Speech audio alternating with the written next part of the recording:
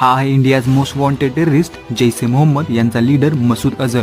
भारताच्या ऑपरेशन सिंदूरमध्ये याचे 10 family members मारले गेले, पण अनफॉर्च्युनेटली हा वाचला, कारण पाकिस्तान आर्मी मसूद अझर याला प्रोटेक्शन देते. 1999 मध्ये जैश ए मोहम्मदच्या लोकांनी एअर इंडियाचं एक विमान हायजॅक केलं आणि मसूद अझरला सोडवण्याची मागणी केली.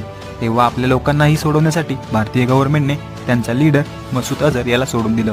त्यानंतर मसूद अझर हा ओसामा बिन लादेनला जाऊन सामील झाला आणि एक नवीन ऑर्गनायझेशन बनवली. त्याचं नाव ठेवलं जैश ए मोहम्मद. या ऑर्गनायझेशनने इंडियामध्ये खूप सारे अटॅक्स करवले. 2001 मध्ये इंडियन पार्लमेंट की ज्याच्यामध्ये 14 लोकांचे प्राण गेले.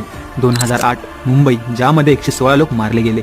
2016 पठाणकोटमध्ये 19 जवान शहीद झाले होते. 2019 मधील पुलवामा हल्ला देखील यांनीच करवला होता, की ज्यामध्ये 40 जवान शहीद झाले होते. आणि पहलगाम मधील हल्ला देखील यांनीच करवला होता. ऑपरेशन सिंदूरमध्ये इंडियन एअरफोर्सने यांचंच मेन सेंटर की जे भावलपूरमध्ये आहे तेच उद्ध्वस्त केले, की जिथे टेररिस्टला ट्रेनिंग दिली जाते.